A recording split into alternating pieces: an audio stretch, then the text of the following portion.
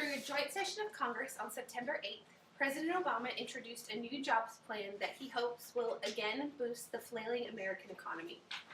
The plan would put teachers back to work, give a tax credit to most Americans, and help small businesses. But according to the Washington Post, it's predicted to cost $300 billion.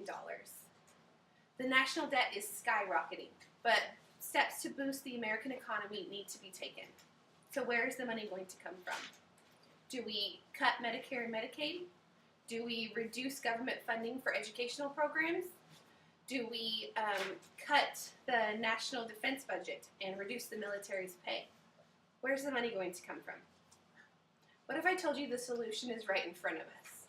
It's in our neighbors' homes, it's in our schools, and it's on our city streets. The amount of money that the American government could not only save, but also make from the legalization of marijuana could fund Obama's Obama's jobs plan and put a huge bite in the national deficit.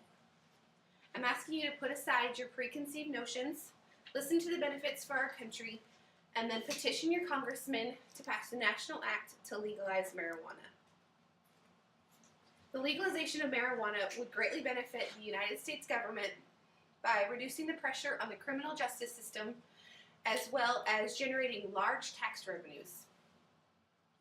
The first major benefit for the American government, if marijuana were legalized, is that it would greatly reduce the pressure on the overloaded criminal justice system. In an interview with PBS, Eric Schlosser, a Princeton graduate and correspondent to Atlantic Magazine, states that 1 in 6 inmates in federal prisons are there on marijuana-related charges. He also states that the massive overcrowding in prisons is responsible for the average murderer spending only 6 years of their sentence in prison. What is more important to us as a society? Locking up non-violent marijuana users and dealers, or incarcerating murderers for their full sentence? An official Washington State analysis reports that the state could save $5.4 million on felony marijuana cases and $8.2 million a year on misdemeanor marijuana charges. That's $13.6 million a year that local governments would not be spending on arrests, trials, and jail sentences. If every state saved an average of $13 million, the nation would have $650 million a year.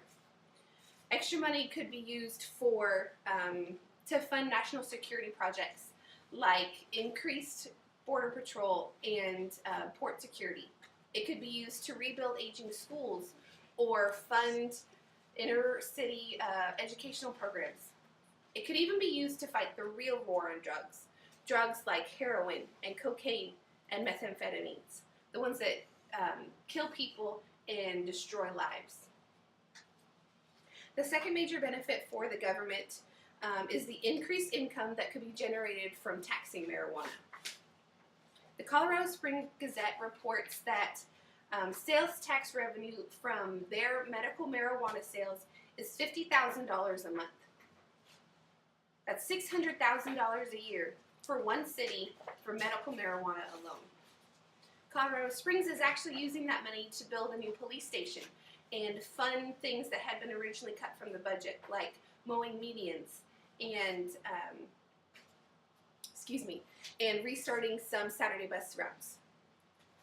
An article in Business Week magazine reports that if the U.S. legalized marijuana, the expected tax revenue would be between $40 and $100 billion a year.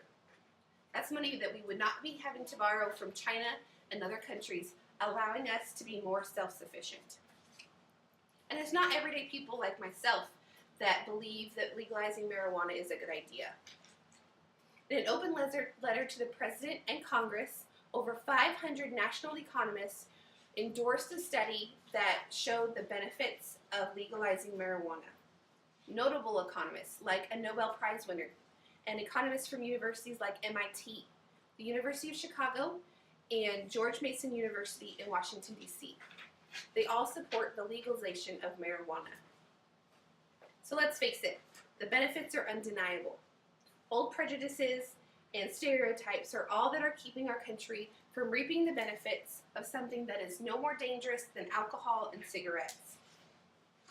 The decreased stress on our criminal justice system and the increased tax revenues are two of the main benefits that our country would have from legalizing marijuana. If you do not want to see your children's educational funds stripped away, then do your part. If you want to be able to rely on Medicare when you retire, something you paid for your entire working life, then do your part. If you think our military needs to have the best funding and equipment possible, then do your part. If for no other reason than you don't want to burden your children and your grandchildren with a national debt that they cannot afford to repay, then do your part. Write your congressmen and your senators. Use the White House's Facebook and Twitter accounts to voice your opinion. Write them and tell them that legalizing marijuana is the right thing to do for our country. Write them and tell them that legalizing marijuana is the right thing to do for our children's future. Thank you.